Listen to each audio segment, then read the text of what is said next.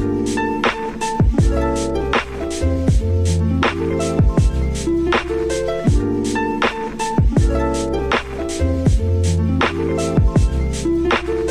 teman-teman, Assalamualaikum warahmatullahi wabarakatuh. Kali ini kita akan membahas tentang konsep dasar biostatistika.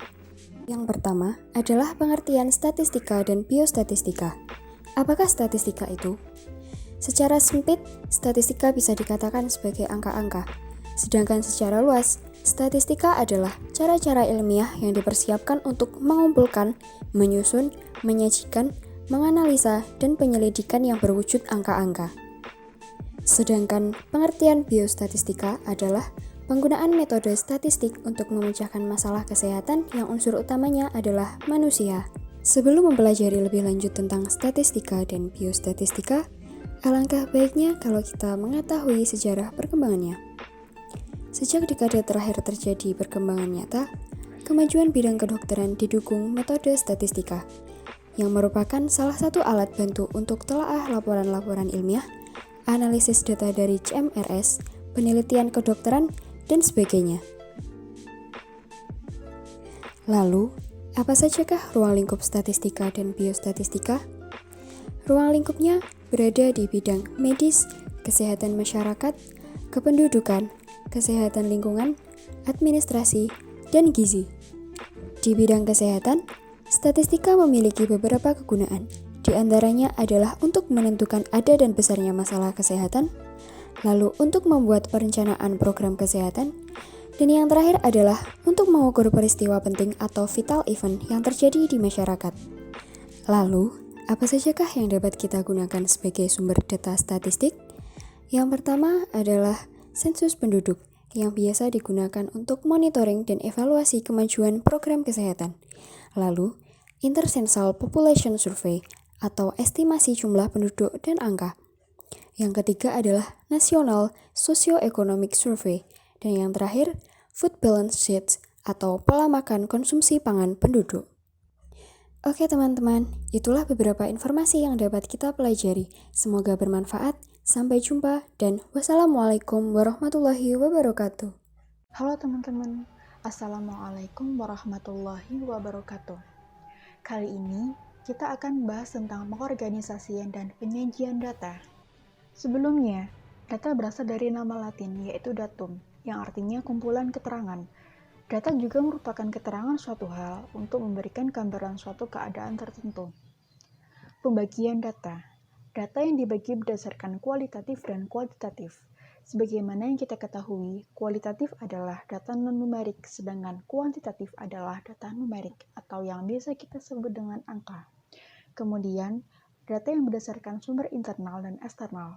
Internal yang dimaksud di sini adalah data yang cara mendapatkannya di dalam lingkup. Begitu juga dengan eksternal, data didapat di luar lingkup itu sendiri. Selanjutnya, data berdasarkan cara memperoleh, yaitu ada data primer dan data sekunder. Data primer sendiri adalah data yang diambil oleh peneliti yang memperlakukannya secara langsung. Sedangkan data sekunder adalah data yang dikumpulkan dari sumber-sumber yang telah ada. Terakhir, jenis data berdasarkan waktu pengumpulan, yaitu ada data berkala atau time series dan data cross-section. Data time series adalah data yang dikumpulkan dari waktu ke waktu secara bertahap, sedangkan data cross-section adalah data yang dikumpulkan pada waktu itu juga. Seperti yang kita ketahui, populasi sendiri merupakan kumpulan dari semua kemungkinan orang-orang, benda-benda, dan ukuran lain dari objek yang menjadi perhatian. Begitu juga dengan sampel. Sampel merupakan suatu bagian dari populasi tertentu yang menjadi sumber perhatian semua orang. Lalu, apa saja jenis-jenis statistika? Statistika dibagi menjadi dua, yaitu deskriptif dan inferensi. Deskriptif sendiri adalah teknik pengumpulan, penyajian, dan peringkasan data. Inferensi merupakan teknik untuk mengkaji, menaksir, dan mengambil kesimpulan sebagian.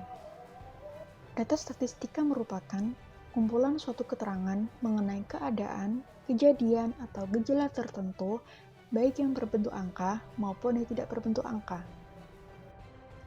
Bagaimana sih cara memperoleh data? Yuk, mari kita simak. Pertama, dengan data primer. Dengan data primer, Kita bisa wawancara secara langsung, wawancara tidak langsung, ataupun dengan pengisian kuesioner. Selanjutnya, ada data sekunder. Dengan data sekunder, kita bisa memperoleh data dengan cara BPS, Bank Indonesia, World Bank, IMF, FAQ, dan lain-lain.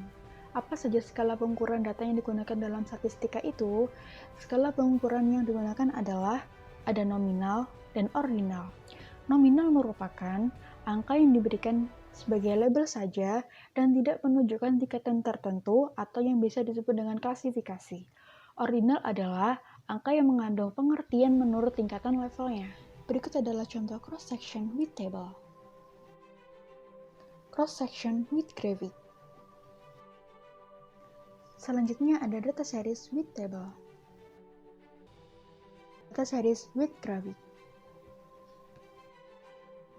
Data series and cross-section in one graphic. And then table form. Apa sih macam-macam graphic form itu? Pertama ada single line chart, multiple line chart, multiple component line chart, multiple percentage component line chart, net balance line, single bar chart, multiple bar chart, multi-component bar chart, multiple percentage component bar chart, net balance bar chart, pie chart, cartogram chart, and the last pictogram chart.